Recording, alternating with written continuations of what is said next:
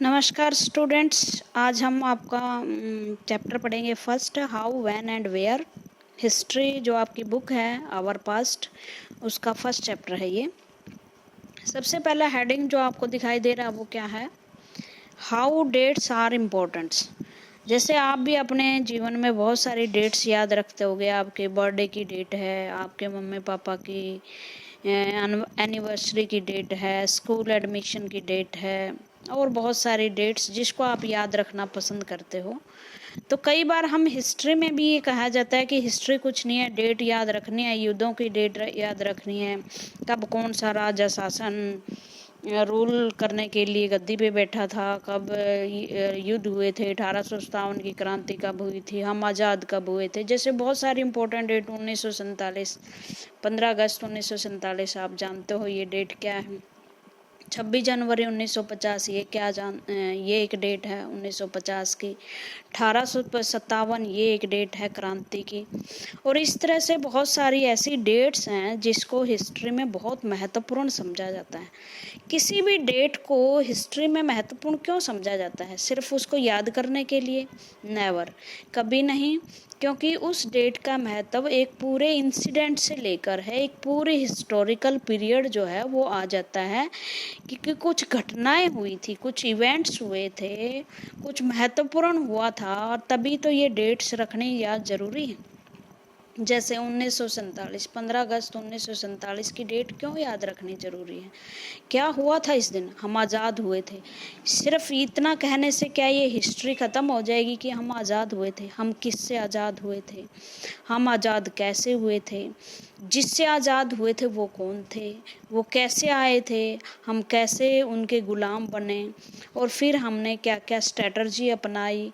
कौन कौन लोग थे जिन्होंने हमें स्वतंत्र करवाने में भाग लिया? उनका क्या रोल्स थे?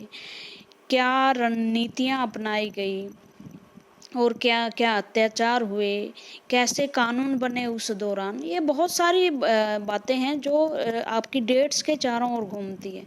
एक डेट आपकी 26 जनवरी है, 26 जनवरी 1950। इस दिन क्या हुआ था? हमारा कॉन्स्टिट्यूशन लागू हुआ था। तो कॉन्स्टिट्यूशन भी एक क्या था? लागू हुआ था, इम्प्लीमेंट हुआ था। तो बनना शुरू कब हुआ? किसने बनाया? क्यों बनाया? कैसे बनाया? और उसमें क्या क्या दिया गया है? कॉन्स्टिट्यूशन क्यों ज़रूरी है? उस कॉन्स्टिट्यूशन को बनाने वाली कौन सी संस्था थी? कौन लोग थे? उन्हें ये अधिकार कैसे मिला? तो इस तरह क्या है, एक डेट जो है एक महत्वपूर्ण पूरी हिस्टोरिकल जो बैकग्राउंड है, एक श्रृंखला है घटनाओं की, वो लेकर आती है। और इसीलिए डेट्स को जानना ज़रूरी होता है। जैसे एक डेट है आपकी 1857 की क्रांति है। 1857 क्या था? इस दिन क्रांति हुई थी। क्रांति क्यों हुई थी? किसके विरुद्ध हुई थी? कौन लोग इसमें भाग ले रहे थे?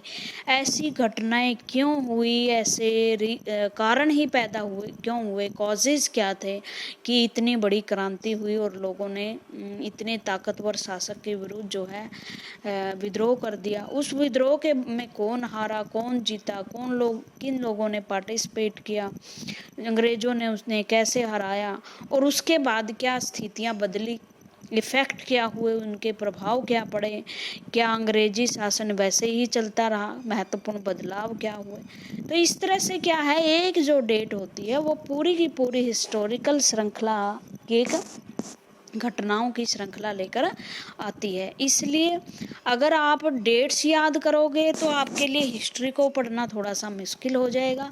अगर आप उस डेट को सिर्फ ये मानो कि ये किसी घटना की ओर संकेत कर रही हैं, तो वो आप उस घटना को आसानी से याद कर सकते हो।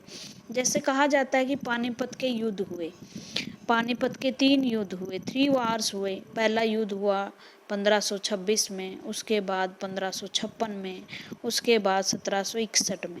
कौन कौन लोग थे? क्यों ये युद्ध हुए? कैसे लड़े गए? कैसे हथियार थे? कैसे राजा थे? और इन युद्धों का क्या प्रभाव पड़ा? किसका शासन खत्म हुआ? कौन शासक बने? तो इस तरह से आप डेट्स को अगर किसी हिस्टोरिकल इवेंट से जोड़ोगे तो डेट्स याद रखनी बहुत आसान हो जाएगी। फिर आपको इंटरेस्टिंग लगेगी हिस्ट्री, बोरिंग नहीं लगेगी। तो हम चैप्टर शुरू करते हैं, how important are dates. There are a time when historian were fascinate माने होता है बहुत ज़्यादा आकर्षित होना, विद डेट्स को बहुत ज़्यादा महत्व देते थे। देर वर हीटेड डिबेट्स, हीटेड मैंने गर्मा गर्म वाद विवाद होना, कोई डेट्स को मानने के लिए बहुत उत्सुक था कि डेट याद रखने जरूरी है, कोई इसके विरुद्ध था। Debates about the dates on which ruler were crowned, जब शासक जो है रूलर पे क्राउन उन्होंने सिंहासन धारण किया होगा, ताज पहना होगा, बैटल युद्ध लड़े होंगे, battle were fought in the common sense notion. Common sense में ये कहा जाता है history was synonymous with date, कि हिस्ट्री क्या है, हिस्ट्री कुछ नहीं है, हिस्ट्री तो सिर्फ है डेट्स को याद रखना है, जबकि ये गलत है।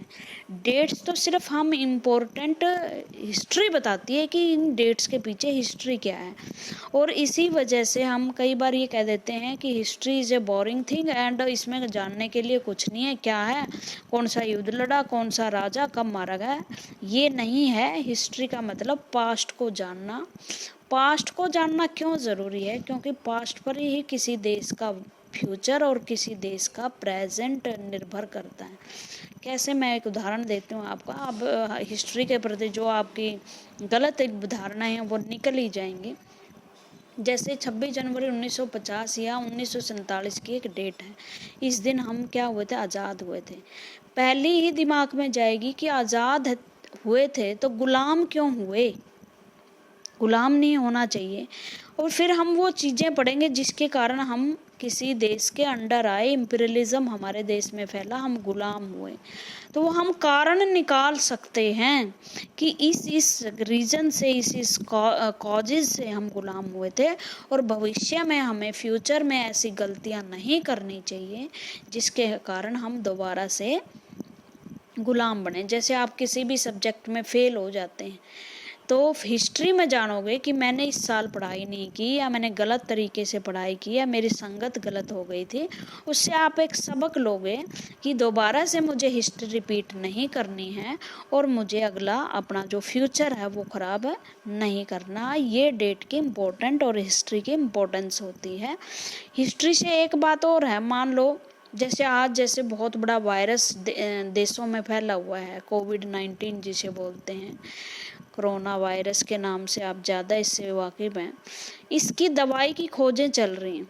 अगर इसकी दवाई की खोज हम शुरू से एंटीबायोटिक के रूप में करें तो एंटीबायोटिक की खोज जो है 18वीं शताब्दी में शुरू हुई थी, जब कुनीन की दवाई वगैरह खोजी जा रही थी 18वीं 17वीं शताब्दी में। अगर हम ये शुरुआत से करें तो हमें शताब्दियाँ लग जाएंगी किसी भी वायरस की दवाई खोजने में। पहले वाली खोजों के आधार पर ही जो पहले इन्वेंशन हो चुकी हैं उन इन्वेंशंस में ही सुधार करके हम आगे फ्यूचर के लिए कोई दवाई बना सकते हैं। हिस्ट्री का ये फ़ायदा होता है। हिस्ट्री का में हर सब्जेक्ट में होती है हिस्ट्री, साइंस में, टेक्नोलॉजी में, और उसी हिस्ट्री के आधार पर हम नई नई खोजें और इन्वेंशन कर सकते हैं। उसके बाद यू मे हैव, आगे चैप्टर पढ़ते हैं, you may have heard people से, आपको लोगों को कहते हुए सुना होगा, I find history boring because it is all about memorising dates. कई लोग कह देते हैं कि जो हिस्ट्री डेट याद करने के सिवाय हिस्ट्री है क्या, जबकि हिस्ट्री ये नहीं है, ये सच नहीं है कि सिर्फ डेट्स को याद करना, क्योंकि डेट्स के पीछे एक पूरी की पूरी हिस्ट्री होती है, और इस वजह से हिस्ट्री की जो डेट्स है वो हमें एक पूरी घटना बताती है। उसके बाद history is certainly about changes that acquire over the time. History का मतलब होता है वो चेंज जो समय के साथ आते रहते हैं, जो विश्व में चेंज आए। जैसे सेकंड इम्पीरियलिज्म आया, साम्राज्यवाद आया, जो लोग ब्रिटिश थे उन्होंने लोगों को गुलाम बनाया, उसके बाद युद्ध हुए, और उसके बाद जो है देश आज़ाद हुए। तो ये एक पूरी की पूरी चेंज है, कैसे हिस्ट्री में चेंज आता है। It about finding how things were in the past, और ये बताता है कि जो चीज़ें पास्ट में थी वो धीरे धीरे उनमें परिवर्तन कैसे आया। देखो, परिवर्तन की एक मैं छोटी सी घटना आपको आपके जीवन से रिलेटेड है उसको बताती हूँ। जो आप कपड़े पहनते हो, पैंट, या लड़कियां जो सलवार पहनती हैं वो कहाँ से आया हुआ होगा। देखो जो सलवार है या पैंट है, पैंट यूरोपियन जो ग्रीक थे, आप फर्स्ट सेंचुरी में भी देखोगे, जब ईसा की सेंचुरी शुरू हुई तब यूनानी लोग पैंट पहनते थे, हमारे यहाँ धोती या लुंगी पहनी जाती थी। और जो सलवार है वो अरबों के साथ भारत में आई, नहीं तो भारत में साड़ी पहनी जाती थी। तो इस तरह से कैसे चेंज ही जाता है, और आज हमें हमारे जो ये जीवन का हिस्सा इस तरह बन गए हैं कि हमें पता ही नहीं है कि इनमें कैसे कैसे परिवर्तन होके हमारी ड्रेसेस बदली हैं।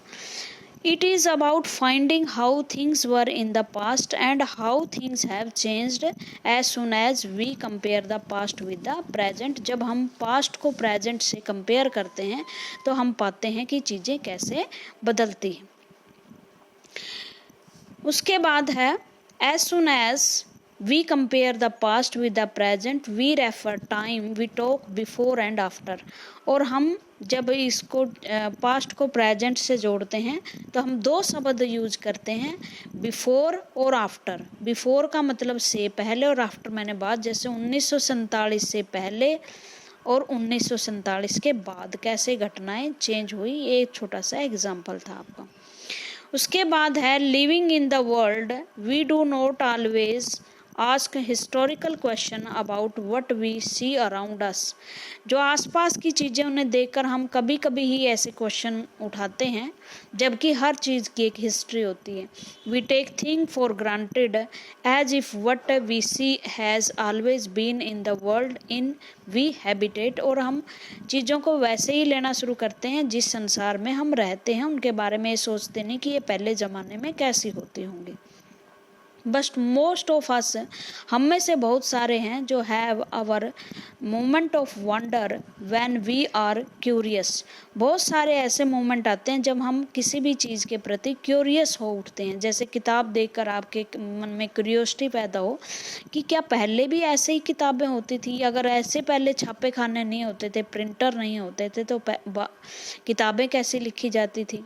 फाउंटेन पेन नहीं थे तो किताब जो है कलमों से लिखा जाता था, ताड़ के पत्तों पर लिखा जाता था। घर आज की तरह नहीं थे तो झोंपड़ियों में लोग रहते थे। कपड़े इस तरह से आज नहीं हैं तो पहले कैसे होते थे। तो बहुत सारे हिस्टोरिकल क्वेश्चन उठते हैं हम, जैसे watching someone ship a cup of tea at a road side we sell you में वंडर। जब कप हम मान लो किसी चाय की दुकान पर बैठे हुए हैं तो उसका चाय का कप देखकर हम कह सकते हैं कि चाय कब पीनी शुरू करी होगी लोगों ने। Looking out of the window of a train you may ask yourself when were railway built and how did people travel long distance before the age of railway. जिस तरह ट्रेन में अगर आप सवारी कर रहे हो तो आप जाते जाते अचानक आपके मन में एक क्वेश्चन उठ सकता है कि रेलवे का निर्माण कब हुआ होगा, और रेलवे जब नहीं थी तो लोग सवारियां कैसे करते थे। उसके बाद है when reading the newspaper in the morning you may be curious to know how people go to hear about the thing before newspaper begin to printed.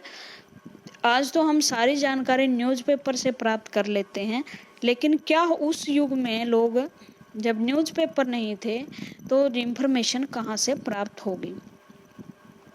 इसमें एक फिगर दी हुई है, इस तरह की जो फिगर आप ध्यान से पढ़ा करो क्योंकि इसमें से क्वेश्चन पूछे जाते हैं आपके ग्रोसरी वर्ड्स में से, फिगर्स में से।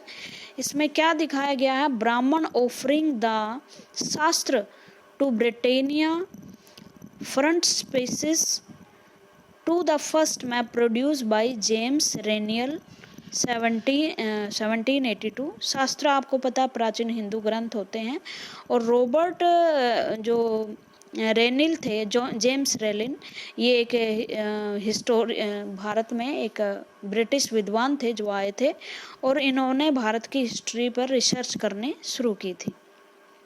उसके बाद नेक्स्ट जो पेज है उसमें क्या लिखा हुआ है,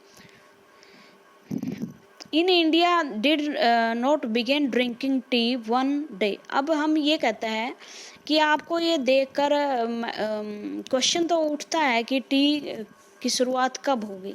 लेकिन आप ये भी ध्यान में रखना कि कोई चीज़ एकदम से पूरे इंडिया में शुरू नहीं होगी। हम कोई फिक्स डेट नहीं तय कर सकते कि इसी दिन किसी ने एक ऑन द फिक्स डे किसी ने चाय का कप पिया होगा और उसी दिन से हम शुरुआत मानेंगे। हो सकता है कि एक व्यक्ति ने चाय पी के कई दिन पी ना हो, एक परिवार ने पी हो, उसका टेस्ट अलग हो, उसने कुछ और डाल के चाय पी हो, किसी गांव में गई हो, और इस तरह से पता नहीं कितने साल लगे होंगे चाय के पीने का एक कल्चर जो भारत में पैदा हुआ, उसको बनते बनते बहुत समय लगा होगा। तो ये भूल जाओगे कभी, हर चीज़ की एक डेट होती है, वो घटनाओं के घटने के आसपास का समय हो सकता है, बट हम ये नहीं कह सकते कि कोई एक सिंगल डेट ही ऐसी होगी जिस दिन हम कह सकते हैं कि चाय सारे भारत में पीनी शुरू हुई होगी। In India did not begin drinking tea one day, they develop a taste for its over time। बहुत समय लगा होगा इसका टेस्ट डेवलप होते हुए भारत, क्योंकि दूध दही का देश था, खाने का था देश।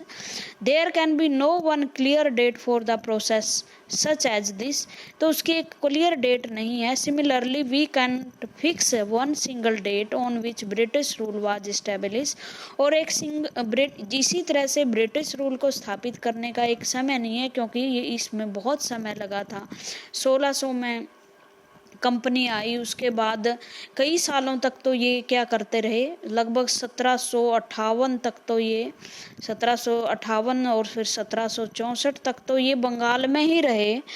दीवानी मिलने के, ट्रेड में टैक्स से बचने के लिए इन्होंने युद्ध लड़े। मतलब 150 साल तो इन्हें एक्चुअल में एडमिनिस्ट्रेशन को हथियाने में लग गया था, इतना लंबा समय लग गया था। और फिर धीरे धीरे किसी एक इलाके में, भारत के किसी एक इलाके में, जैसे बंगाल से इनकी शुरुआत हुई,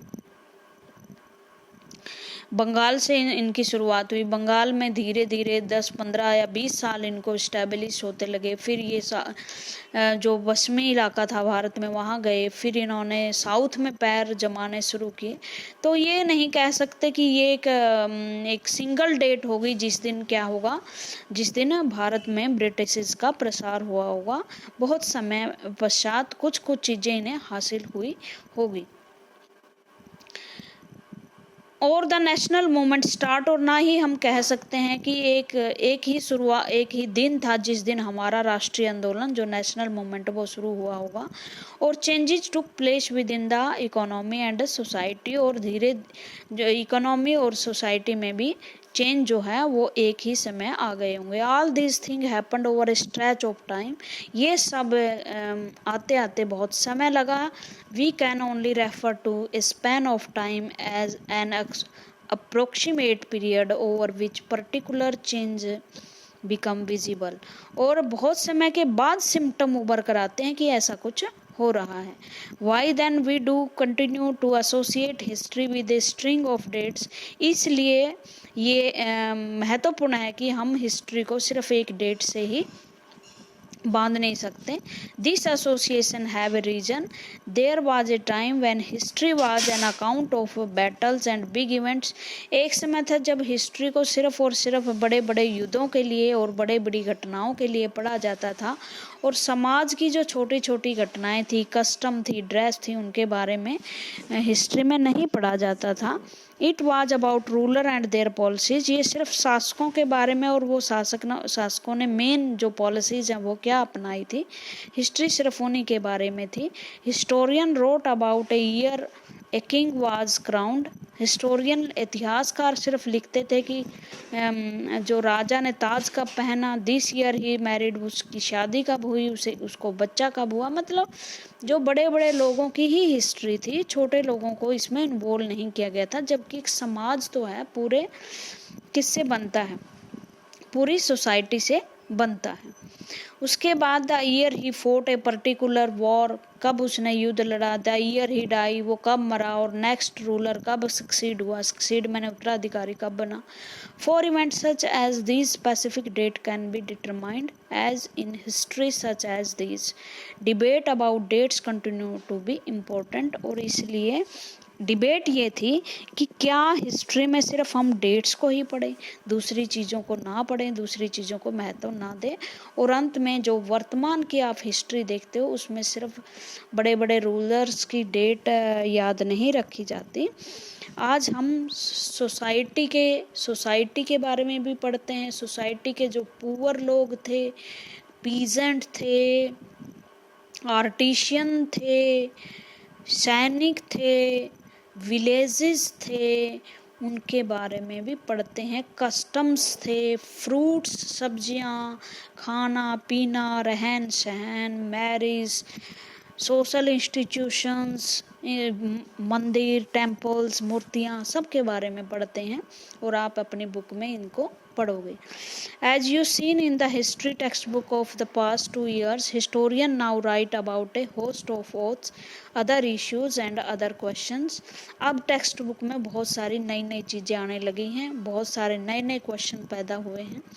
they look at how people earned their livelihood. देखो बदल गया ना, अब राजा को छोड़कर जो आम पीपल हैं वो कैसे अपने आजीविका कमाते थे, वो क्या पैदा करते थे, प्रोड्यूस करते थे।